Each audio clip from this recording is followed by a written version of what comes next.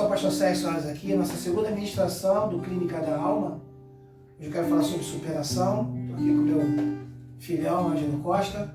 2 Samuel, capítulo 12. Depois que Davi comete adultério com Betseba, depois que ele cai, passa-se um tempo, o profeta Natan vai até ele, conta aquela historinha.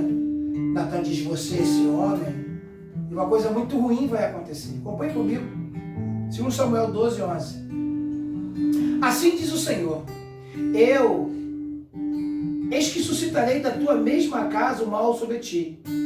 Tomarei tuas mulheres e perante os teus olhos as darei ao teu próximo, o qual se deitará com as tuas mulheres perante este sol.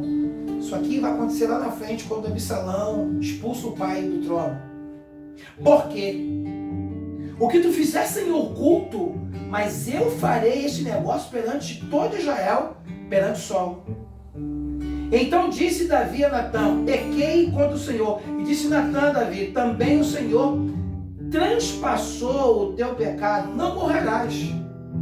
Deus perdoou o pecado de Davi, mas não retirou a consequência. Então entenda, Deus perdoa o pecado, mas não tira a consequência.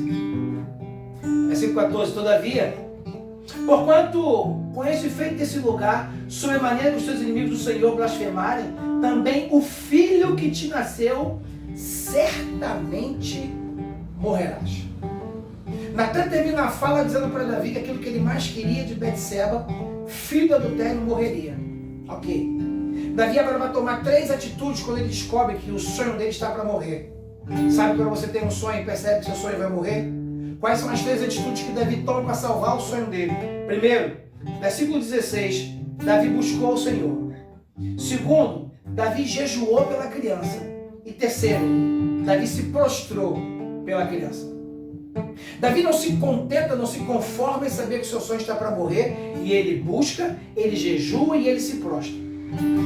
Só que depois de 7 dias, diz o versículo 18, que a criança morre. E quando a criança morre, finalzinho do versículo 18, diz assim: como, pois, diremos, pois, a ele que a criança morreu? Se a criança viva, ele está sem comer, se com a criança viva ele está desse jeito, imagina quando ele souber que a criança morreu. As pessoas que cercavam Davi estavam preocupadas com a reação que Davi tomaria quando soubesse que o seu maior sonho havia morrido. Mas é interessante que o versículo 19 diz assim, ó: viu, porém, Davi, que os seus servos falavam baixo, entendeu Davi que a criança era morta. Perceba, Davi não precisou ficar sabendo que a criança estava morta. Ele percebeu. Escute isso. Tem coisa que Deus não tem que levantar ninguém para te dizer não. Você tem que ter a percepção de perceber que já aconteceu. Talvez você esteja aguardando alguém ir te falar alguma coisa, quando na realidade você precisa perceber que essa coisa está acontecendo. Às vezes, a gente fica esperando Deus levantar um profeta, levantar um amigo, alguém para te falar uma coisa que você quer ouvir, quando na realidade, se estivermos muito atentos ao que está acontecendo ao nosso redor, você vai perceber que já está acontecendo. Difícil. Davi então pergunta para eles assim: a criança é morta? Eles dizem: sim, teu sonho morreu. Enquanto o sonho estava quase morrendo, Davi toma 3 atitudes, mas quando o sonho morre, Davi toma 8 atitudes. Acompanhe comigo o versículo 20. Então Davi se levantou, se lavou, se ungiu, mudou as vestes, entrou na casa do Senhor, adorou, foi para casa, pediu pão e comeu. Sabe, é assustadora a postura de Davi, porque perceba, com um sonho vivo ele tem 3 atitudes, mas com um sonho morto ele tem 8. Quem quer ensinar para você e para mim que você faz aquilo que dá enquanto dá, mas a sua vida não para depois de que teu sonho morreu. Tema da mensagem: e a vida continua. Pastor, por que a vida continua? Porque morreu o sonho, mas estava vivo o sonhador. Talvez morreu o seu sonho, mas você está vivo. O sonhador está vivo. Não permita que o sonho que morreu te mate, porque o que morreu foi o sonho de Davi, não foi o sonhador. Talvez você esteja aos frangalhos, aos bugalhos, aos cacos, porque o seu sonho morreu e o seu sonho que morreu está te matando. Davi não. Davi tem 3 atitudes quando o sonho está para morrer, mas ele tem 8 depois que o sonho morre. E aí os servos dele vão dizer assim, mas o que é isso que tu fizeste? Puxa vida, você teve 3 atitudes enquanto o seu sonho estava vivo, agora tem 8 depois que o sonho morre? Eu não entendi. Tem gente que entende a tua lágrima, tem gente que entende a tua prostração, mas não consegue entender o seu reerguer. Não consegue entender a sua resiliência, que é o ato e efeito de sofrer pressão, mas voltar a estacar zero como se nada tivesse acontecido. Lembra? Chorar com quem chora, alegar com quem se alegra? É muito mais fácil chorar com quem chora. Porque tem gente que não consegue suportar ver você se colocando de pé depois da pancada que você levou. Na cabeça deles, depois da pancada que Davi levou, eles vão se colocar de pé nunca mais. Na cabeça de muita gente que está perto de você, você nunca mais vai se colocar de pé. Mas essa palavra diz para você, levanta, sacode a poeira e dá a volta por cima, porque morreu o sonho, não morreu o sonhador e a vida continua. Uau! Davi vai falar assim, estando a criança viva, eu jejuei, mas a criança morreu, de que adianta? Ei, e a vida continua. Davi está te ensinando e me ensinando a percebermos até onde vale a pena continuar orando, porque talvez você está orando por uma coisa que já morreu, que não tem mais jeito, que nunca mais vai chegar nas tuas mãos.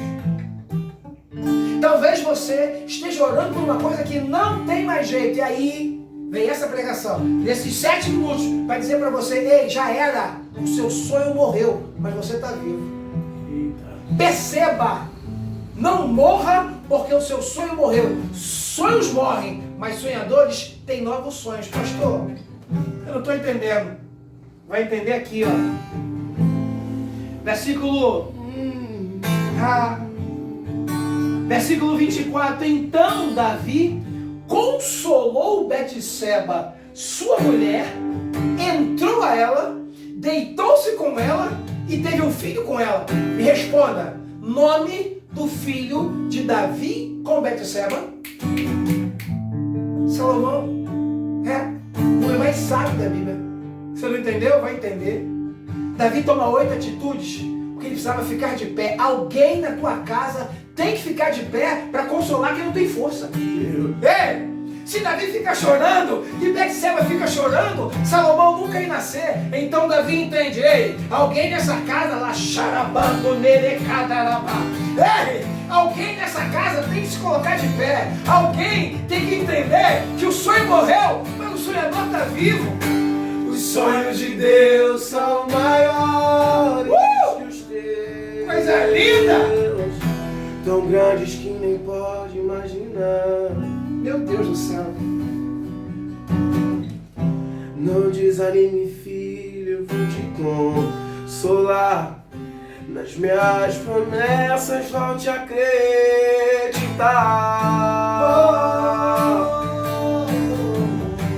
Os sonhos de Deus são maiores que os teus. Por isso vale a pena acreditar. Vale sim. O dia está chegando e vou te renovar. Minha presença tu vais prosperar. Aí você deve estar pensando, será que não doeu Davi? Claro que doeu. Tu acha que ele não chorou? Chorou. Tu pode chorar aí na tua casa, onde você está assistindo. Pode chorar. Só que chorar coloca um peso de angústia para fora, mas não muda a situação. Lágrimas não mudam situações, atitudes sim. Davi tomou 8 atitudes, ele tem que fazer alguma coisa. E as coisas que ele faz o ajudam a ter força para consolar a sua esposa. E aí quem vai nascer? Salomão. Alguém na tua casa tem que ficar de pé. Alguém nessa situação complicada tem que adorar o Senhor, mesmo chorando, arrancar força. Hoje não tem, porque existe uma Betseba na tua casa, próxima a você, que não tem a mesma força que você precisa ter nesse momento. E é sobre essa palavra que eu quero orar com você agora. É difícil Dói. Se alegrar. Mas alguém tem que se colocar de pé. Por quê? Porque existe um Salomão. Escuta isso. Está vindo um Salomão aí na tua direção. Você não está entendendo? Está vindo um Salomão na sua direção, mas Salomão só vai nascer depois que superar esse momento de dor. Supere esse momento. Console quem tem que ser consolado. Porque está vindo o teu Salomão.